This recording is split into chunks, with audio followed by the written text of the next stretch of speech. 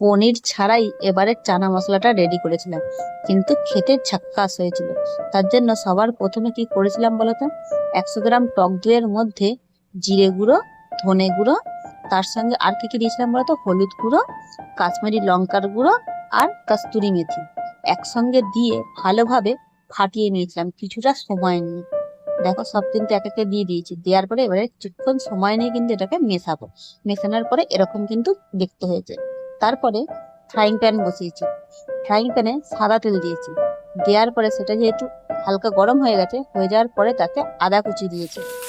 আমি এখানে 500 চানা করবো, তার জন্য 2টো টমেটো আর যেরকম যে ঝাল খাও সেরকম লঙ্কা দেবে, দিয়ে হালকা ভাজার পরে তারপর তাতে কি দেবো বলতো, আগের দিনকে বাদাম ভিজিয়ে রেখেছিলাম, সেই বাদামের চোখলাও ছাড়িয়ে নিয়েছিলাম, তো সেই বাদামটাও দিয়ে সিদ্ধ করতে বসাবো কিছুক্ষণ, 5-7 মিনিট।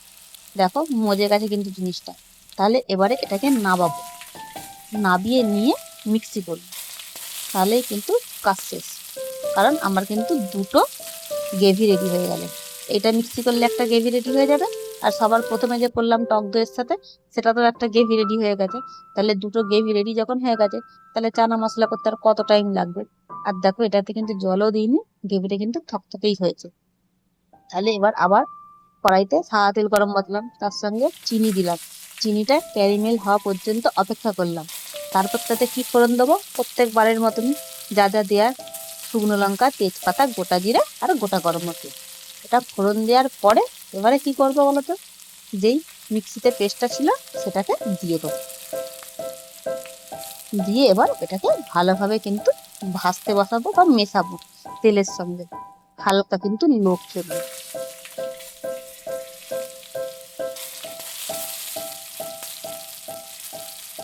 তারপরে দেখো তেলের সঙ্গে মিশে গেছে, কালারটা কিন্তু অন্যরকম এসছে। এবারে এই যে টক দইয়ের মধ্যে সব মিশিয়ে রেখেছিলাম সেই পেস্টটাও দিয়ে দেবো, দিয়ে কিন্তু ভালোভাবে আবার মেশাবো। এই দুটো মেশানো হয়ে গেলেই কিন্তু কাজ শেষ। তারপরে চানাটা দিলেই চানা রেডি হয়ে যাবে। তাহলে এটাকে কিন্তু ভালোভাবে মেশাতে হবে সময় নিয়ে কিন্তু। আর এইভাবে একবার রান্না করলে দেখবে না সবাই চেটে পুটে খাবে।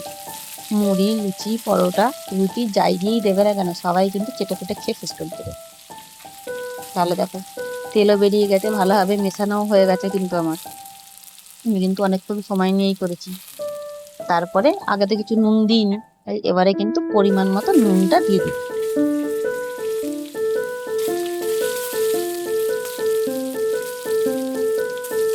গ্রেভিটা দেখেই কিন্তু জিভে জল চলে এসছে।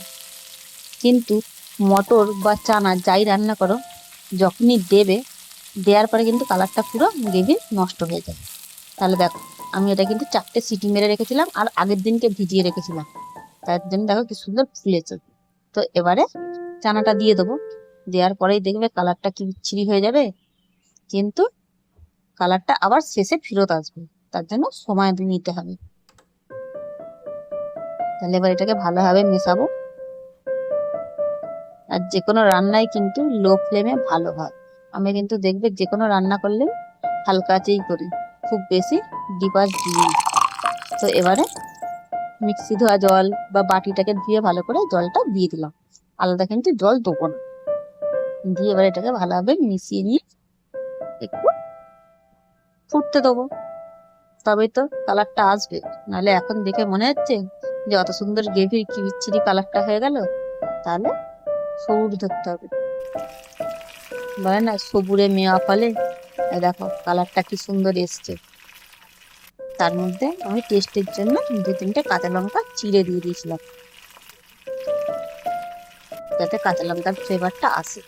তার সঙ্গে শাহি গরম মশলা গুঁড়ো দিতেই কিন্তু রেডি হয়ে গেল নিরামিষ চানা, যা সবকিছুর সঙ্গে হেভি যাবে। তাহলে বানিয়ে জানিয়ে কেমন হয়েছে।